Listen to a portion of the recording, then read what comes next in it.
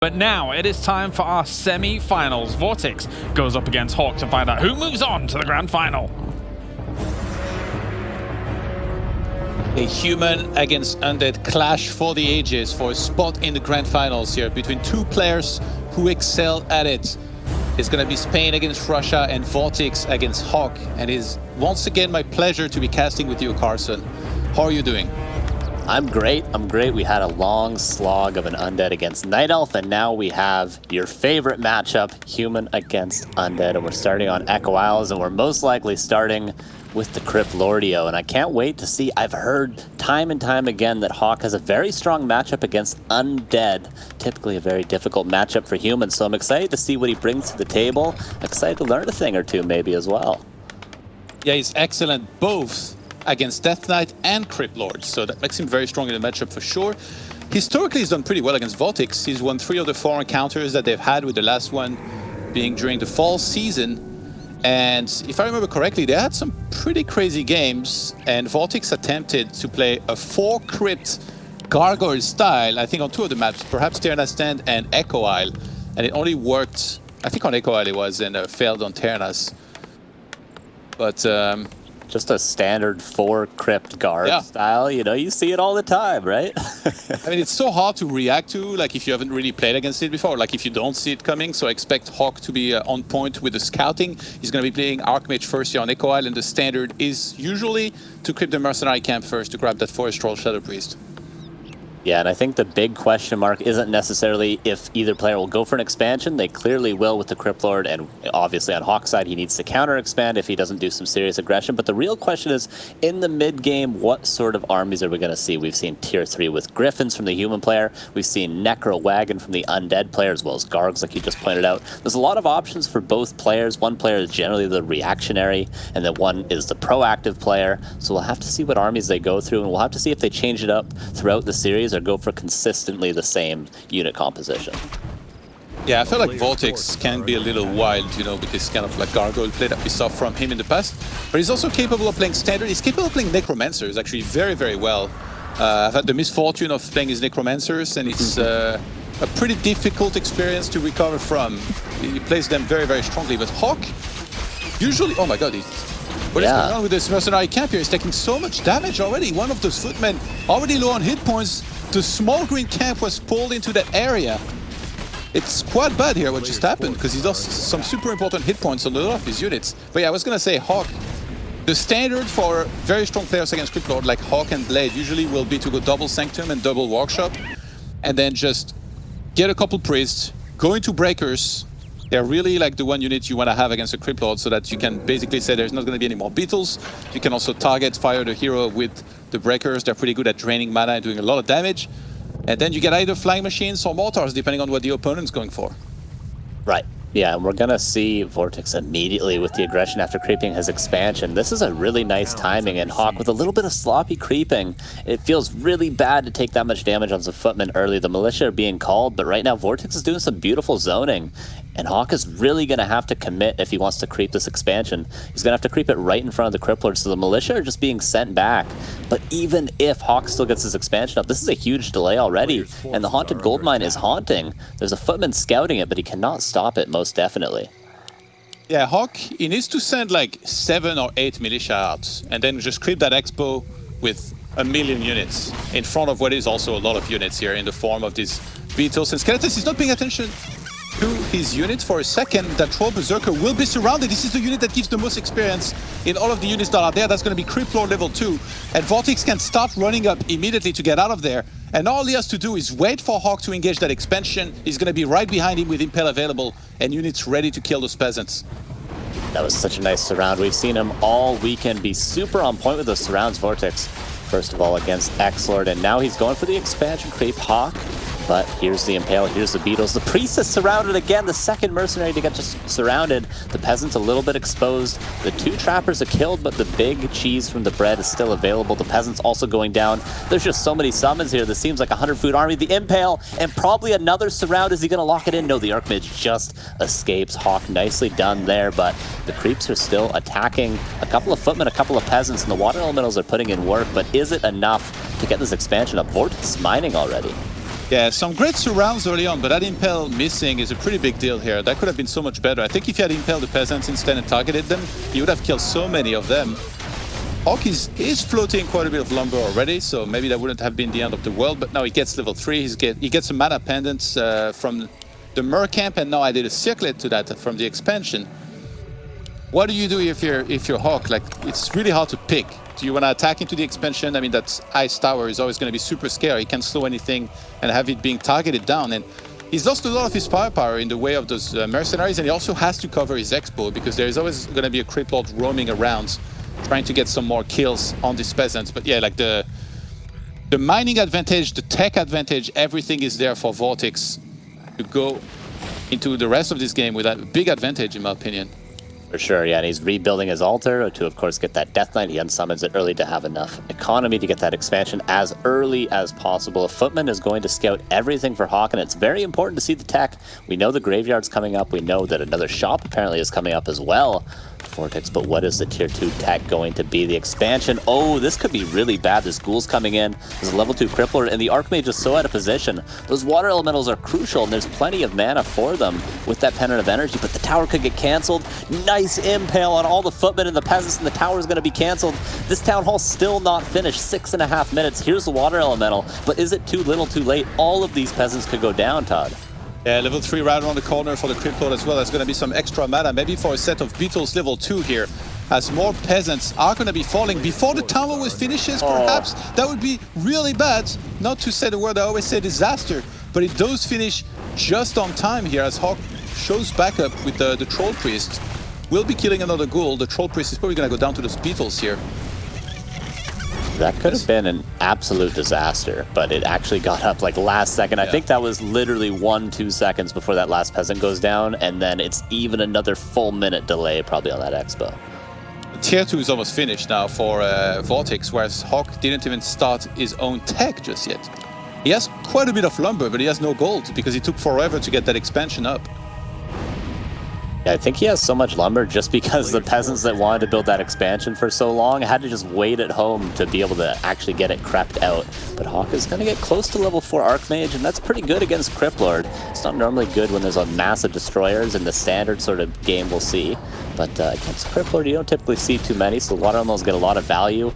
Impale could be used here because there's a mana potion on that Crypt Lord and full mana. Nice Impale, but he actually doesn't get the last hit on that Ogre, and the item even goes to HawK as well, so maybe a little bit of another sloppy Impale from VortiX, but still he's going to get units. Oh, and the run by is going to force the Staff of Teleportation back, but there's no mana for water elementals. This could be a lot of peasants going down. And that tower is still not finished. It only now just started. Crypt Lord's going to show up. He doesn't have a ton of mana, but he has a mana potion here, so that could be a set of Beetles or 2, and Impel as well, and more peasants are gonna fall here at that expansion. VortiX is level 3.5, he's looking to try and get level 4, goes for the Archmage again. He needs to get that surround, otherwise this is very bad to actually commit to this. HawK trying to break out, he's targeting one of the ghouls, he might have to town portal, but he would have to town portal to his expansion and then be exposed to be targeted. I like that he didn't wait too long here, because if he had been really low on hit points, he might just die immediately right after. But yeah, he TP'd it in a safe corner, uses the regeneration potion, and he should be safe. Yeah, the shop is up. A couple more peasants going down. We always seem to reach that 15 to 20 peasant kill mark when we see a Crypt Lord, but you know, we have seen humans hold on past this many peasant losses. The Archmage is going to heal up, and I think it's Necro Wagon, Temple of the Damned Slaughterhouse, Fiends on the way. It could just be Banshees, of course, as well. Yeah.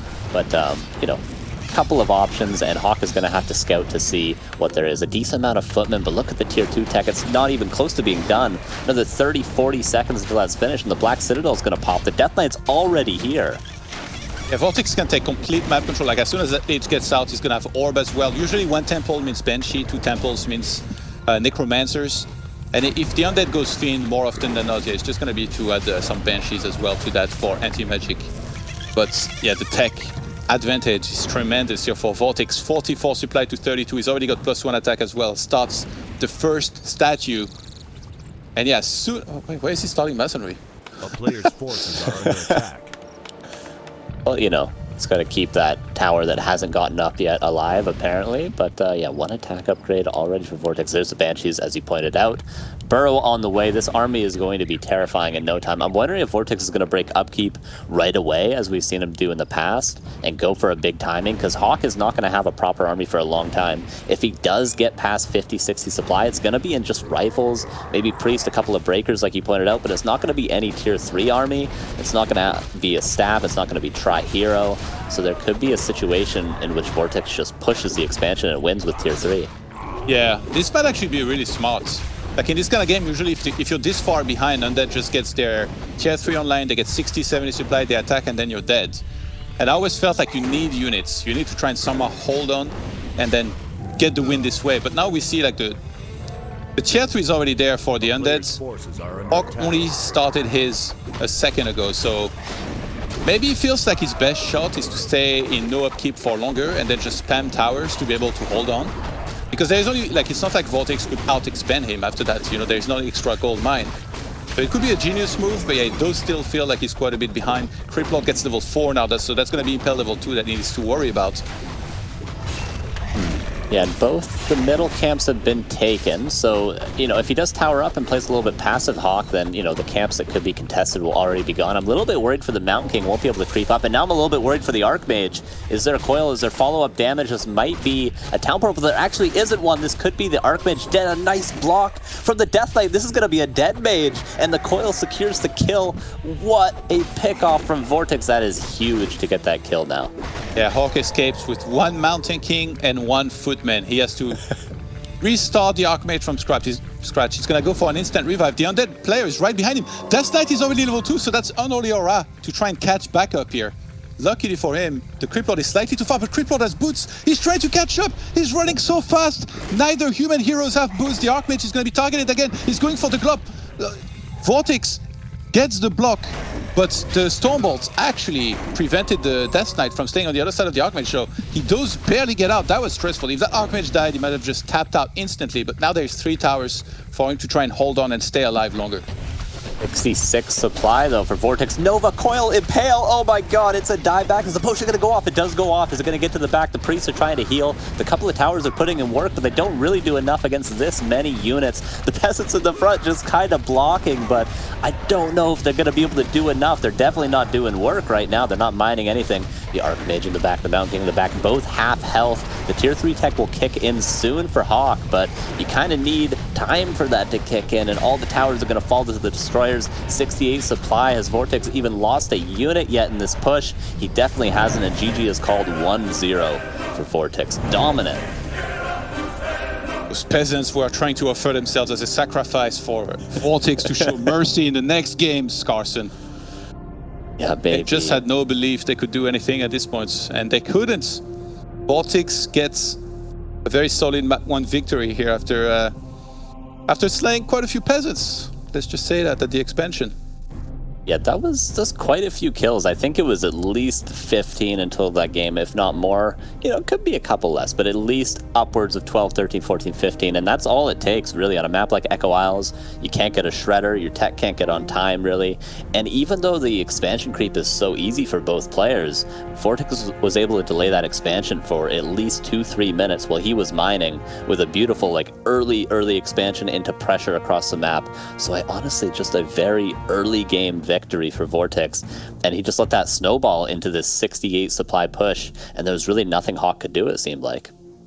Yeah, I'm not sure what's happened early on with him aggroing the small green camp, but his units took so much damage from that, just from that first camp that he tried to creep. I don't know if that was an Acolyte or if that was a big mistake by HawK to somehow let that happen. It's very uncommon between players at this level to see something like that happen, you know, like a big lightning shield, a big purge from one of the creeps, and then suddenly one of the players takes a lot of damage from the first camp that they started creeping. But that definitely weakened the forces of HawK quite a bit. I think he lost 1 footman, he had a bunch of peasants on low hit points, so now obviously you have to swap those for the ones inside of the gold. He was fortunate in that way that there was no gold sent to the main base, because that would have been disastrous.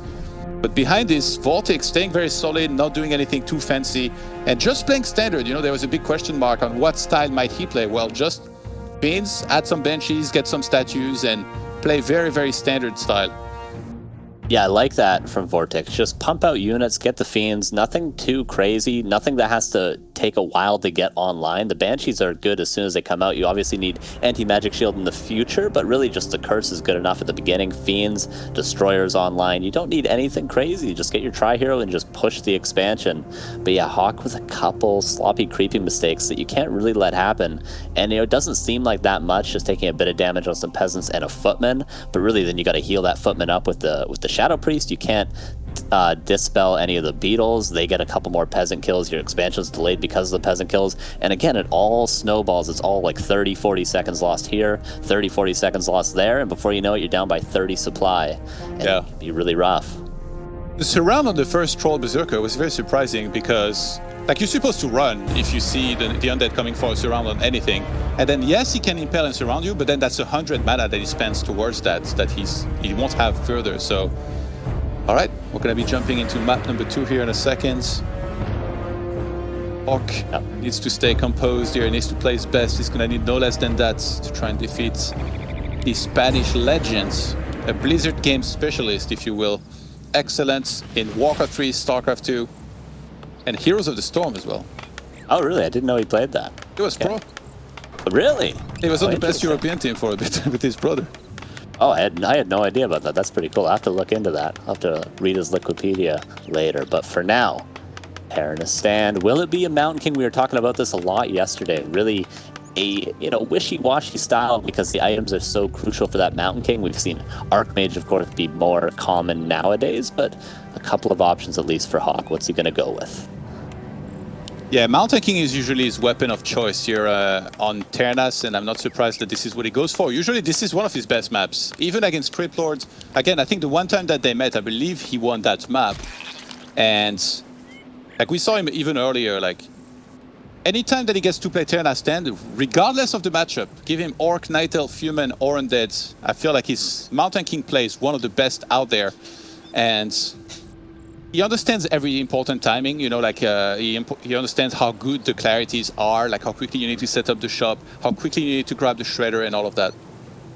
Yeah, it's definitely a lot more of a nuanced playstyle going for Mountain King first because you don't have the easy creeping that the Archmage gives you. You have to have everything perfectly. You said the shop on time. You have to have clarities available. You have to have towers. You have to be able to counter if there's just Gargs coming in or an early Destro push because you don't have that nice anti-air early or that ability to go for, say, Slaughterhouse cancels a shop kill early on with the Archmage pressure. So you have to know these little details, these little nuances in order to play Mountain King. Like you said, HawK plays it beautifully most of the time. We'll see if he can emulate that in game 2. Yeah, I expect VortiX to play a lot better than he did last time that he played on this map as well. And he seems to have given up for now on the idea of going for that 4-crit gargoyle style, but I guess if there were to be a map that he could try it on, maybe this is the one.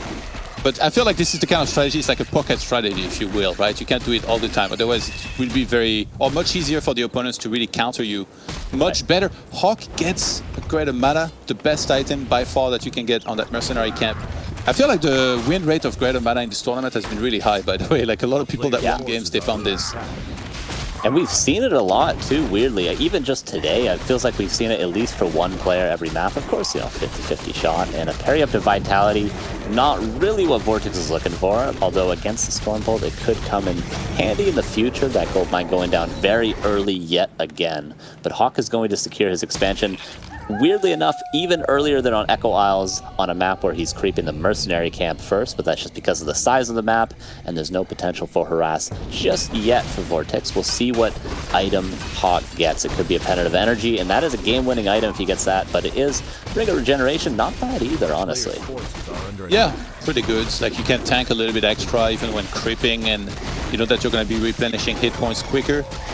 He started the Scout Tower, actually, here did HawK, so not quite rushing that expansion immediately. He's staffing on the other side of the map here, because he knows he's going to be getting level 3 in a second. This is big. He got there as soon as he could here, by buying that at pretty much 19 o'clock, as soon as it was available, and it looks like he might be able to kill one more ghoul here, unless that gets denied. No. So now he puts VortiX in a weird spot, where he has to send new ghouls here to try and defend against this one-man army. And big part of that is that he has the greater mana, so he knows he can follow up Clap quite a bit. I don't know if you want us to be surrounding that Mountain King, VortiX.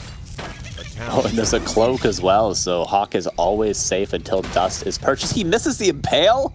What was that? That was a big mistake. He gets the surround on the footman, but that is all the mana invested for naught. And yeah, like you said, oh, there's actually ghouls splitting. That's a pretty nice play, but even nicer from HawK to leave 4 footmen or 3 footmen.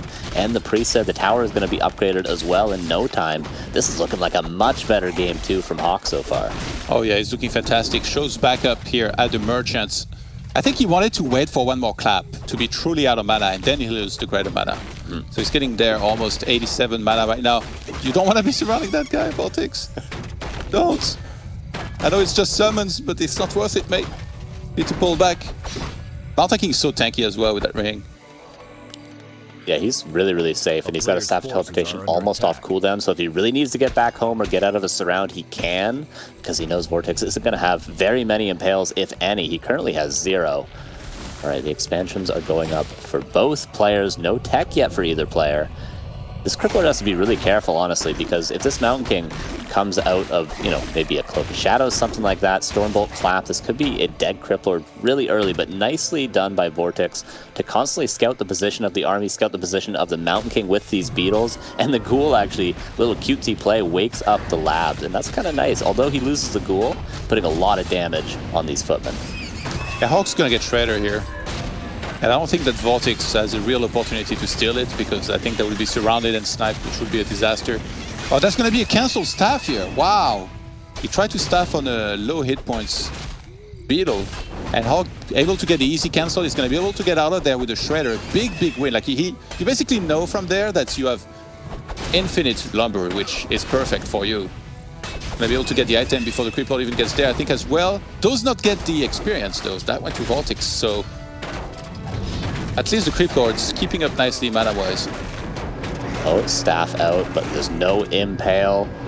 HawK, of course, couldn't use the cloak there because right next to a lab, right next to the opportunity for a reveal, and didn't want to use the mana pot because, you know, he had a lot of mana already, but he didn't have enough for a clap. Okay, the tier 2s are coming in. A little bit of a tier 2 advantage for VortiX. A lot less than he had on Echo Isles, at least, in HawK's favor. So, not too bad, I would say. Relatively even game, but maybe a slight edge for HawK here. Yeah, a big push on his expansion in a second could be quite dangerous. See him moving out here. Looks like he might want to create the other laboratory, but yeah, when I see VortiX in this area of the map here, I'm thinking he might attack the expansion next, unless he wants to do the top right-hand side expansion. What does he drop? No. Don't kill the rods. You could have used one more. Gets a greater mana himself. Okay, so gets his own karma item here.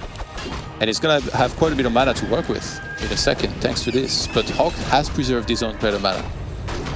Yeah, nicely saving that by HawK. He, you know, it could be very tempting to clap that clump of ghouls to just pop it right away. I know I would have, but saving it for the fights in the future is going to have a lot more value when there's fiends on the ground, I'm imagining. Actually, Unholy Strength being upgraded. Okay. Unholy Strength. I don't think he wants to commit to ghouls against this Mountain King, so that's either meat wagons or abominations. A little interesting upgrade from VortiX, but we'll wait and see what he's going for. His tier 2 is about to finish, of course. Maybe he'll play with Necromancers. Perhaps. Okay, yeah, that could be a good... Yeah, that's why. Against Mountain King, you don't have... Technically, you don't have Brilliance, and HawK is predictable in the way that usually when he plays Mountain King, he always goes Blood Mage second. aka no Brilliance. If you don't have Brilliance, can you get enough priests with enough mana to dispel those summons? It's very tricky. So if he was to play, say, something like a few Gargs into Necromancers, it would be very deadly, I think, against HawK. Yeah, I think that'd be a great choice, and that's exactly what he's doing, as you call it out. There's one Crypt Gargs, he's got a decent amount of ghouls, so that upgrade is going to help for now, and that will, of course, help on the skeletons later on. The clap creeping is really good. It's, of course, very important for the human player in this position to get level 5 Mountain King. Even going to creep everything he can on the map, even if his secondary and third hero stays on level 1. This level 3 clap is very crucial in the later stages of the game for the human player. Yeah, VortiX going to go and probably try to get that bottom left, but he would love to wait for his Death Knight to come out before he does that. The level 2 coil is going to be crucial. And yeah, there's the double Temple of the Damned. Good call, Todd. I do what I can, Carson. I do what I can. Yeah, HawK's been power creeping like crazy. He's actually been clapping non-stop when he's fighting the creeps as well. That shows how much he wants to level up as soon as possible. Alright, Criplord shows up. If he starts getting mercenaries like this, he's gonna power creep himself to level 5, which is a very dangerous level with Impale level 3. Lots of goals around the Mountain King. That's his Q right there. Pops the Greater Mana, lands a clap immediately. Another Berserker is gonna fall. Might be a good time for the ghouls to run to the right here and then get out of there. Yeah, they just gotta run away. Oh, so 2 ghouls fall, but 2 ghouls for a Greater Mana is definitely all right. And an Impale, maybe a surround. He's almost got a clap. Actually, he staffs out before being able to use that 1 clap. Only would have granted him 1 more kill. Yeah. But, yeah, probably better. Safer than sorry. He's going to heal up the Mountain King. The Blood Mage pops as well. Castle, triple, Griffin, Aviary. I think that is the right counter to Necro Wagon, right? If he doesn't have the Archmage for Dispel. No. It's not good? Yeah, I think you need to get Archmage against this. There's no other way around it. I think Archmage third? Yeah. Archmage Really? anything. Okay. Yeah, Archmage 4th, if that could exist somehow. But Johnny Cage tried to go Mass Air against VortiX's Necromancers previously, and he got 3-0'd. And Johnny Cage was only practicing Mass Air at the time. I think Mass Air is almost impossible to pull off against Necromancers.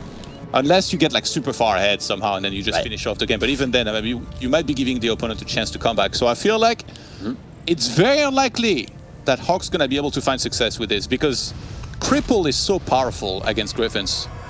Right. Oh, that makes sense. Yeah, Cripple. I always forget about that ability. That is going to be pretty deadly. And he's actually getting just a single Dragonhawk for that single Gargoyle. Yeah, the mana drain is pretty good for the Blood Mage. Death Knight is dry for now, but he doesn't really have to coil anything. Potion of Vulnerability could be used. Level 5 Mountain King. That's going to help out quite a bit against the ground army. The Necromancer's, of course, on the way. All the upgrades plus 2 attack for the Skeletons and for the Meat Wagons, of course. So that's going to be nice for VortiX. The question is he going to hit a timing or is he going to go for some sort of a third base behind having a strong army? We'll have to wait and see. The Garg is finally going to be finished off by that Dragonhawk. But yeah, VortiX is just waiting for this power spike. You always go for a timing, I think, when you go Necromancers, because like they're very strong in the first place. Like you can go for the third base, but then eventually, I mean, usually you will have won the game by then anyway, a lot of the time. But yeah, this is looking super dangerous. I don't know, honestly, I don't know how HawK is supposed to win this. He overmade towers. I don't know why he made this many towers. Maybe he saw 1 gargoyle, he's like, oh my god, it's gargoyles. But then it's like the biggest fake of all time because there was literally only 1 gargoyle made. And towers is exactly the opposite of what you want to get against Necromancers. They do nothing. They just stand there, they shoot arrows and like don't really help defend that much. You need actual units. You need to get to 80 supply with, I don't know, 5 to 8 priests, a lot of breakers, Blizzard Clap, and you need to have some proper dispel in the fight. If you don't, I mean, you're about to see what's going to happen. I really don't, I'm sorry, like I should be saying like, oh, how can HawK can do this, guys? He's going to clap level 3 in the middle of everything, but I don't see it. I'd be very shocked if he's able to win this. All right, the supplies are even. Stormhammers is coming out. I don't think there's too many Griffins yet. Yeah, 3, and then 4 and 5 are about to pop. Oh my god, that's a lot of summons in the Meat Wagon. Of course, the classic over the river shot from the siege weapons. 70 supply versus 72. Upgrades are good for both players, but the cripple is so good. Level 3 clap, what's it going to be able to do? There's a lot of heal scrolls. Oh, the cripple, like you mentioned, that is pretty good, that cripple. Yeah, let's see what those summons can do here. He actually didn't even go Lich at all. It's just pure Necromancers and summons on top of everything. He's crippled all of these Griffins. This is going to last forever. There is no Dispel. Clap lands in the middle of everything. Okay, that's the way. If he's going to land some big claps like this, maybe HawK has a chance. The Griffins are not really taking any damage right now. Maybe VortiX didn't do the best execution possible of this push, but everything, I mean, those Griffins, they attack like once every 30 seconds or what? The claps are good. The Meat Wagon did fall. The Necros, they're going to need about 3 more claps before they're actually falling. And right now the kiting is really good at the tail end of this fight. And Town Portal out because he's got to save all those Griffins. Got to save that Paladin as well that might fall. 1 Griffin falls at the tail end, but there's still so many Necromancers left. Actually a big supply advantage for a second there for HawK, but it's all in production. Oof, that Town Portal, everything's in the reds. HawK probably sweating over there more than when he's at the gym, and this guy powerlift. If you follow him on Instagram, you know that. Looking so scary here. VortiX coming in with more summons though. And it feels, it's so hard to replenish here without Priest, right? Because he only has regen scroll from the shop, but it's not the best heal. Sends Militia in, I don't know if you want to be doing this against Necromancers. And the Blood my Mage God. does go down, but he had Ankh. Paladin went down at the same time. Mount tanking at the front alone. He's got a greater invuln to try and survive a bit longer. Griffins trying to get on top of these Necromancers. Everything is clumped up. VortiX is not splitting that well just yet. Okay, the Blood Mage is back. The Claps, there's just no mana for Claps. The invuln is used. That's a big boy invuln. All right, the Death Knight takes a lot of damage. Maybe he could go down. Maybe that's the way back in. Nice bolt. He's actually going to kill the level 2 Death Knight. And that is pretty good, but the... Okay. VortiX, wait. Oh. VortiX GG's. VortiX tapped out. I think he just underestimated the Griffins somehow. Like, Yeah, I guess. Okay. I didn't feel like he was losing particularly, but... I mean... All right. Maybe there was like such a high Griffin count, he was like, oh, he can just keep buying mana potions. And it turns out those towers helped buy some time for HawK. I'm a little bit surprised here. Usually when this push happens, it goes quite a bit better, but those claps were landing really big time inside of those Necromancers. So I'm a little bit surprised to see VortiX not split more, because technically he was also a StarCraft 2 player, but he played Zerg. Usually like the, Terran is the splitting race with their Marines against Banelings and stuff. Yeah, level 2 Death Knight goes down. Maybe not having that orb, not having that lich, a little bit of a mistake. I would expect to see that for that timing. I mean, it's only going to take you another, 50 seconds, maybe even less if you start it right away on tier 3 if you're VortiX, and then the timing's that much stronger. The orb would have been great against the Griffins as well as the Nova, because that's one thing VortiX didn't do. He didn't get many Griffin kills, maybe 2 or 3, but... he was really focusing the heroes the whole time, and he got the Paladin kill, he got that Onk off the Blood Mage, he's forced the invuln on the Mountain King, but really at the end of the day, the only kill he got was a level 1 Paladin with all that hero focus, so more of that damage maybe going on the Griffins, and then eventually you're just going to snowball and the heroes will die on their own, I think would be better. So yeah, like you said, a little bit better execution, and maybe a little later of a GG from VortiX, and I think he's got a good chance there. Yeah, the skeletal mages, they don't do like the most damage necessarily against air. It feels like maybe he needed some fiends to reinforce here and to land some webs and stuff. But yeah, the splits is what surprised me. Like they were not really existent for a very long time. HawK, he had great upgrades. I think he had something like 2-2 here in those last few fights. Yep. And he found true shots, which helped his mass air tremendously. Yeah, that's a lot of plus damage. It was 2-2 with Animal Ward Training and Stormhammers for that AoE. So it was a lot of AoE, to be fair, which is good against the summons, but they are endless at a point. But the Meat Wagon early being picked off was really good. VortiX doesn't have endless Meat Wagons, of course. So you got to reproduce those, and you got to wait for those to march across the map if they are picked off early by the Griffins. So overall, maybe just a little overzealous with that timing. He could have possibly just tried to kill a few Griffins, maybe town portal out and repush with a Lich. Maybe be a little bit more patient, VortiX, but we'll see. On map 3, it's going to be Northern Isles, and again, probably going to be a Cryptlord map, but I would expect to see an Archmage instead for HawK this time. Yeah, usually mount tanking is pretty much reserved for Terra stands. Sometimes if you'll see Sok or Chemico, they'll go for it on other maps, but not HawK necessarily. And yeah, I'm shocked, Carson. Honestly, I didn't expect HawK to be able to win this, but some great claps. That Town Portal was bunny. Like the Town Portal where he got out with everything in the reds, his Stra hero, and then healed back up with the safety of his towers. That was, I think, what really won it for him. A lot of people would have just stayed, lost everything, and lost, myself included, but HawK is a little too good for that. Yeah, impressive so far. He ties it up, and here we are on map 3. Someone's getting a series point after this map. We'll see who it is. Okay, right now, looks like a Cryptlord. Probably going to be a Cryptlord. If we go to 5 games, probably going to see 5 Cryptlords.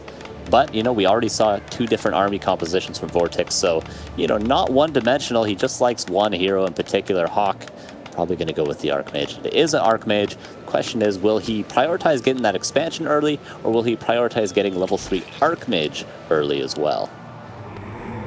Yeah, you never really know. I feel like for a long time, HawK was a big fan of creeping the small green at the top and then straight into expansion. But the problem with that is that against Cryptlord, usually you need to have Archmage level 3 to help defend a little better. But if you get level 3, then imagine if VortiX does the same thing that he did in the first game. He creeps his expansion straight away, then he runs to you. Then he'll be on top of you as you're creeping the expansion. So those creep routes, they kind of counteract one another.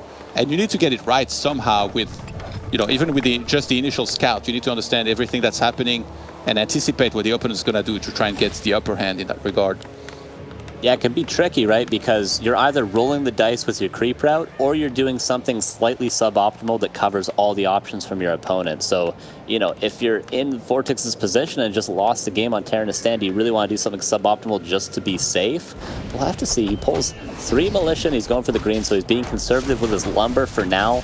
I imagine so he can go for that expansion creep right after this green camp. And, you know, VortiX is doing the same actually on the bottom. So he's going to have early level 2 Crypt Lord, going to have Impale early as well, and then we're going to see probably an expansion from both players. I wonder if HawK might do the double Arcane Tower thingy, right? Because on most maps you get mercenaries to work with, but not on this one. So a lot of humans, I think it was mostly Thalzane and HawK, they started playing with double Arcane Tower before starting to build their expansion on location to try and help out against not just the Beetles, but also draining mana from the Crypt Lord when he shows up there. Yeah, I think that's a really good option for sure, because we'll see very commonly on this map the Crypt Lord just march over and kill a lot of peasants. We've seen time and time again a Crypt Lord kill. You know, the number's always 15 peasants when the human goes for that expansion. So the double Arcane, playing it safe and having a little bit of a delayed expo. You know, the Undead does the same anyway. They like to get that Nerubi in early, and they of course invest in, you know, a lot of items to creep that expansion in a suboptimal build to just get the ghouls out to creep the expansion. So it's all right to delay it a little bit if you're the human, but we'll see what HawK decides to do. Currently he's sending his peasants back. Okay, he is building towers now. Yeah, gets surrounded here on the footman. You want to be careful. Wow. Like if we look at the Crypt Lord experience already, he's going to be well over 2.5.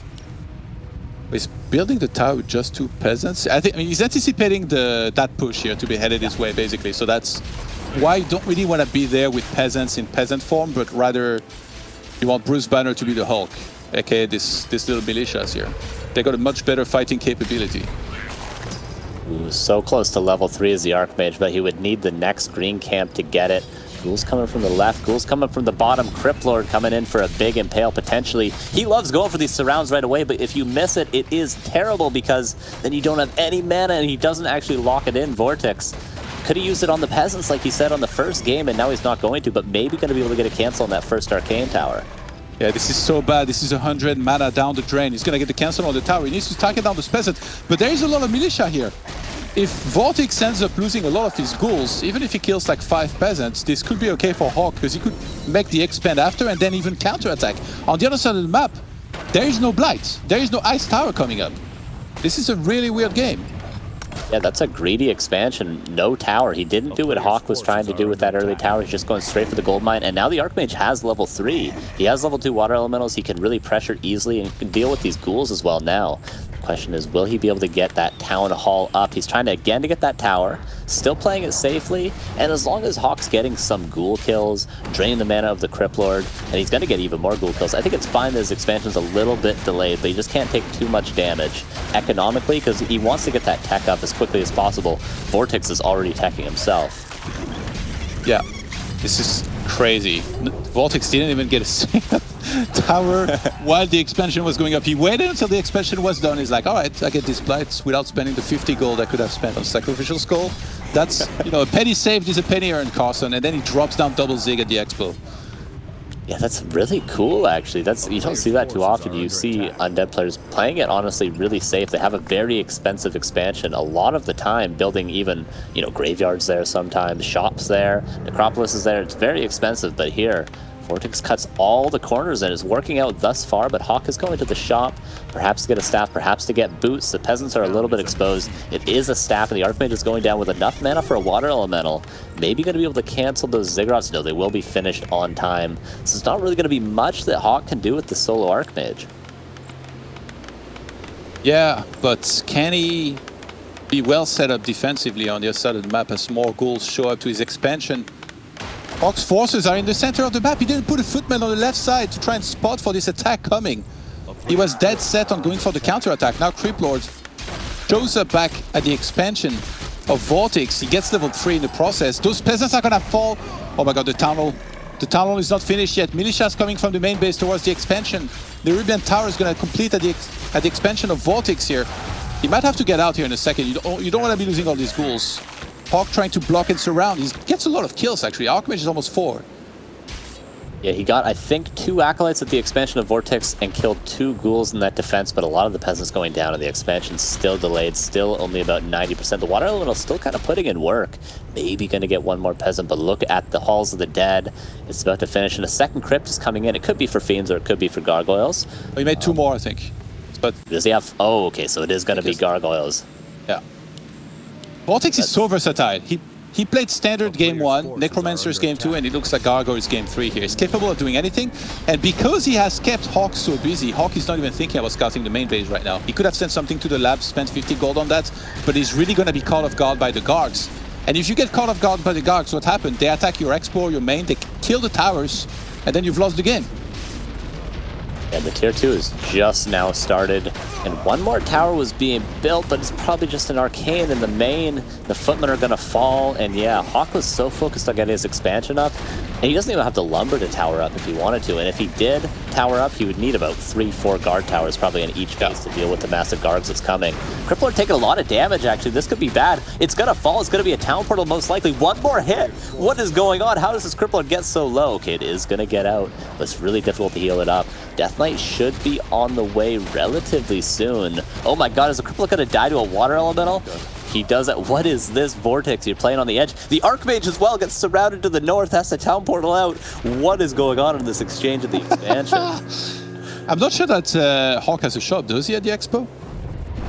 Oh no, he doesn't have a shop. But there it is. Oh no. Yes, he makes it now in here, really? At least the Archmage has ring, cup helpful. Tower was saved. I just see Gargs. Is this solo Cripplord Gargs? Because there's no secondary hero. The Crippler buys a potion and uses it. Yeah, all the Acolytes seem to die, but yeah, here comes VortiX. Priority is to get to like 9 Gargs, and then even if there was like 2 towers, they would die very quickly to this, and then he's gonna synergize that with the ground now. So literally everything can attack the tower ideally. Right. But being a little bit tentative here, he's waiting for maybe some more reinforcements. Gargoyles trying to deal with the Archmage on their own. Gets a surround here on one of the Water Elemental. Getting a counter surround would be huge for HawK if he was able to somehow send this Cryptlord back home and buy himself a bit of time. Yeah, even then, the Gargs probably just run away and still get the cancel on the towers, but yeah, HawK needs a little bit more time. His tier 2 is going to finish. Once he has maybe a Mountain King out, Stormbolt could force this Cryptlord back. The Archmage is staffing back in. Water Elemental going to help, but there's an Impale. Oh no, HawK. Is that a surround? Just attack, VortiX. You can kill it if you just attack, but he wants to lock in the surround and lock it in. He does. That's a dead mage, and the Gargs are not being dealt with. This is looking like 2-1. The Cryptlord gets level 5, and GG is called. 2-1 for VortiX. Very versatile player right here on your screen, guys. This guy can play with anything. And we saw 3 different styles on the 3 different maps here that he just played. And it feels like he could have been 3-0. Honestly, I think on Terna Stand, if he had a couple Fiends, if he added a Lich with Orb, I really think this is his game. Like, he would just completely steamroll, in my opinion. But HawK did play that game very well. But yeah, on Other Isle, it was just VortiX running the show. It seems really greedy to set up the Expo without Sacrificial Skull and a Ziggurat in the early game. I wonder what would be the best counter to this. Maybe if HawK just said, okay, you don't have any defense set up properly on your Expo, so I'm just not gonna expand myself. I'm gonna run there, get the cancel, and then we play one base in the first place, but then it's just an even game. Yeah, maybe prioritizing level 3 Archmage. HawK didn't quite get it until he actually killed a couple of units. So maybe going for the Tuskars early, delaying that expansion by a lot, waiting to see with that Scout Footman what sort of the investment into the expansion is for VortiX, and then maybe if he doesn't invest into a tower or anything, you just go across with level 3 Archmage, skip your own expansion. But because HawK kind of went in blind, he did Scout with a Footman that you pointed out got surrounded, but he kind of just still played the same game. I'm wondering if VortiX, does he have a 4th style that he can play? I wonder if he's going to do a 4th different unit composition. I mean, what's left? Frostworms? Frostworms, yeah. That's what I'm talking about. Mad Frog, Mass Ghouls. If we look at the vetoes, like, Amazonia makes sense for VortiX. You know, it just doesn't like the map. Also, it's the hardest map to pull off Cryptlord on, supposedly. HawK veto Twisted Meadows, and it's been a very common veto for humans for a very long time. But it does feel like another isle, you know, like Remo always touches on this. Humans have a pretty hard time against Undead on Other Isle. It's like a very difficult map for sure. I wonder if in the future there might be a switch away from that, and maybe we'll see Northern Isle veto a little bit more, especially with Twisted Meadows. I believe on WC3 Champions is becoming at cross map only. But so maybe if tournaments were to adopt that, that would be very interesting. I think that's a great change to Twisted Meadows, and it's something that maybe humans have gotten in their minds that it's an unplayable map, Twisted Meadows, ever since a couple of the change on the Militia, of course, because you used to Militia creep the lab with the power build, and that's a lot more difficult now. And of course, no experience tome there either, but you know, humans sort of maybe just think it's terrible. I'm never going to play it. I'm going to insta-veto it every time, but there could be some room for experimentation, especially in this matchup. I think, you know, Thorzane especially has had some success against Undead on Twisted Meadows. So maybe there's an opportunity, because Northern Isles does not look too good. It's hard to get that expansion up. I can't count the amount of times I haven't seen a human, you know, get that expansion up and just lose all of his peasants, never get it built, you know, 20, 30 peasants later, and then call the GG on Northern Isles. It feels like maybe some of the innovators of human would have to do that first, you know, so like as you said, Thorzane, maybe HawK and Chemico, usually they're willing to try out certain stuff, but other humans, they're just focused on trying to play as solid as possible. The HawKs, the Blades. Yeah. This is what we see here from HawK, but you can try and play solid. If you don't get a good start, if you lose a lot of peasants like he did here, it's not going to matter. Yeah, we're going into Concealed Hill, and this is definitely a map that's hard to expand for both players. We'll see if that's what VortiX decides to go for again, most likely. But will he go for a fast expansion, or will he go for some sort of an aggressive play against the expansion of HawK? There's a lot of opportunity for that on this map, but probably going to be expansion versus expansion yet again on Concealed Hill. It is usually the norm. HawK, we have yet to see, I feel, a fully standard game where it doesn't fall really far behind. And he's playing Archmage, because the one game that he won, it was just off of a great Mountain King play and start, and also finding that greater mana. Yeah, that's always very lucky, of course, on Terranistan. We constantly talk about, you know, if you get that good item, you really win a lot of the time with that great item, and that's been a consistent thing throughout this tournament with that greater mana potion. Okay, Cryptlord, Archmage, so far so standard because of the players we are watching. Always going to expect Cryptlord from VortiX. And, you know, really, it's going to be pretty standard up until the point of VortiX hitting Tier 2, and then we see what does he decide to go for. Gargs are, of course, good on this map. We've seen them a lot throughout the weekend because of the fountains. You can get those red drakes with those early Gargs, but there's, you know, a lot more options than just that on the table. I wonder if there's any chance HawK might play without Expo and try to play a little bit more aggressive. Like, this definitely would be one of the maps where maybe he could try that. But it's such a different style that I don't think is practiced very often these days, because a lot of Europeans, they figured out, or European undeads, they figured out exactly how to play against this. Right.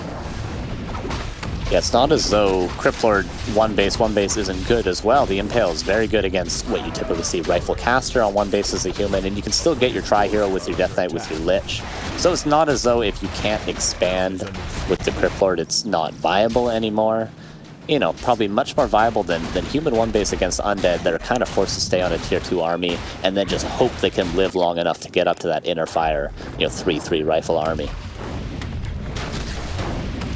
Alright, let's see. HawK, can he get a good item here? He got a class of attack already.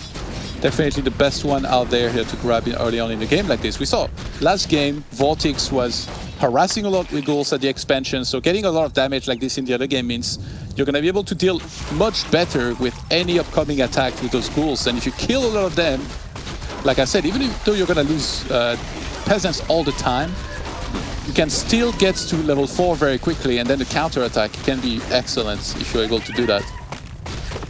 The expansion being prepped for both players.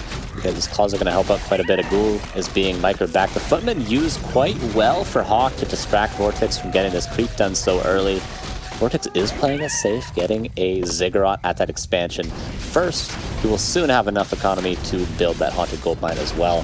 HawK looks like he's going to finally get a clean expansion up. He, of course, did on Terranistan as well, and then that resulted in a victory, so maybe that is the key that HawK needed, and it looks like it's going up without too much struggle. The units of VortiX are going up, but towards the main base, and it's going to be quite a while before they can reach that, and the Archmage is already level 3. Oh, Staff of Teleportation, where's it going? It's going to the left side. It's the split push from VortiX, very early on. I think he's hoping that HawK will get overeager with the Archmage, which right now is on the right-hand side, and he's getting overeager. I mean, he could staff back, technically. And yeah, we've seen that before. It's so dangerous. It was, I think, Blade against Krav, where this happened, where like Krav was pressuring a lot, and then Blade kinda was underestimating the fact that he needed to come back home and defend. Right now, lots of militia were called in the main base. Archmage still going on the other side. He's not staffing back to the Expo. So that should be where maybe he takes the most damage. All of the peasants are dying, and the Town Hall is not finished. HawK will get the cancel on the other side with 1 water elemental. He starts back to the expansion, but the tower gets cancelled, and now Creeplord is level 3. Might be able to get a snipe on the Town Hall. That would be an absolute disaster for HawK, much worse than for VortiX, who just cancelled the gold mine and then can restart it immediately after that. Oh, and so many peasants going down. The militia are still called in the main base. I see some blue dots there as well. Now the Archmage is going to get surrounded. This is going to be a town portal. And what is HawK going to town portal to? Well, Unit's still in his main base. Oh no, it's a complete disaster, Todd. The Archmage is 1 health, and the Crippler is just going to march on over there and can maybe just commit into the main base. HawK needs to get to the fountain, and he needs to get there now. Yeah, I mean, sniping that expand was nice, but he lost much more than that. His entire hit point bar on the Archmage. And the Cloak of Shadows is on the crit lord, it's not on the Archmage. So the Archmage could get targeted down. I mean, VortiX, he could just send units to both fountains and make sure he doesn't let this Archmage heal for a very long time. He could just keep an eye on that Expo of HawK, make sure it doesn't go up ever. And now that he has an Arabian Tower in his expansion, he should be able to very easily set that up.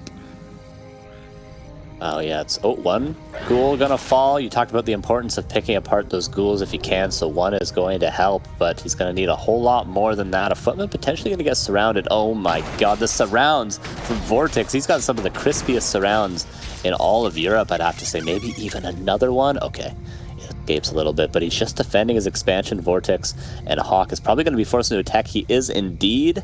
And is he? Okay, he's got enough lumber peasants, not very many footmen, but he will have good economy, at least on 1 base. But he really needs to do something against the second expansion attempt of VortiX.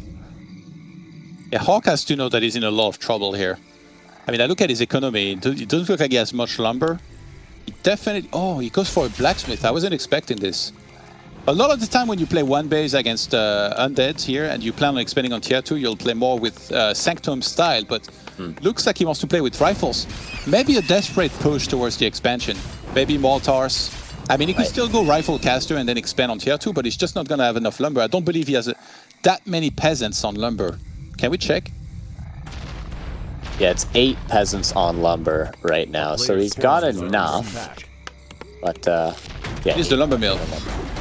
It is the lumber mill for sure to gather better. He's trying to get a cancel on the Expo.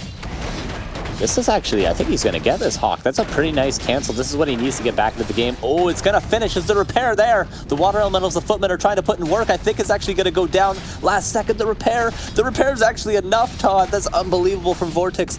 Oh, he's spending a lot of economy on it, but he has plenty of gold, plenty of lumber to get it, and the Archmage has been zoned back. The Acolytes are targeted now, but a surround on the Archmage. Again, has to staff out. Does HawK not realize? I don't think he realizes, Todd. This Archmage is dead.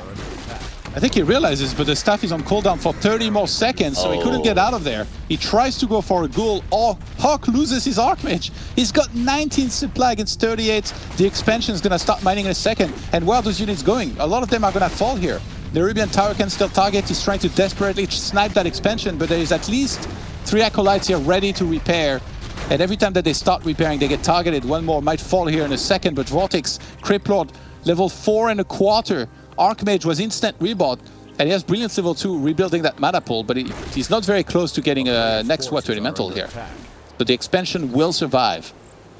Yeah, that was close. Maybe if HawK gets that Haunted Goldmine kill, he can justify losing that Archmage because he has the tech advantage. The keep is about to finish. The first rifle is out, but there's really not a big army for HawK. He's down by 10 supply currently. Alchemist second, I think that's a good choice because HawK has to do something. He's got to probably get some rifles, get some priests, call all the boys at home, and go for some sort of maybe a proxy workshop push at the expansion because if he plays 1 base against 2, it's going to be an absolute disaster.